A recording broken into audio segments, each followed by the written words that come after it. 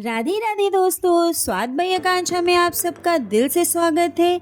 आज मैं रेसिपी एकदम हटके लेके आई हूँ। गर्मी में चाहिए कुछ हटके, तो ये रहा मेरा देसी fizzy twist plus mojito with Sprite.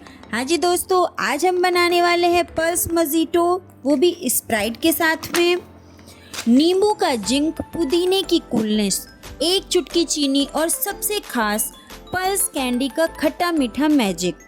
ऊपर से ढेर सारी बर्फ और स्प्राइट की फिज। हिलाओ मिलाओ और फिर बस एक सिप, ताजगी का झन्नाटेदार झटका।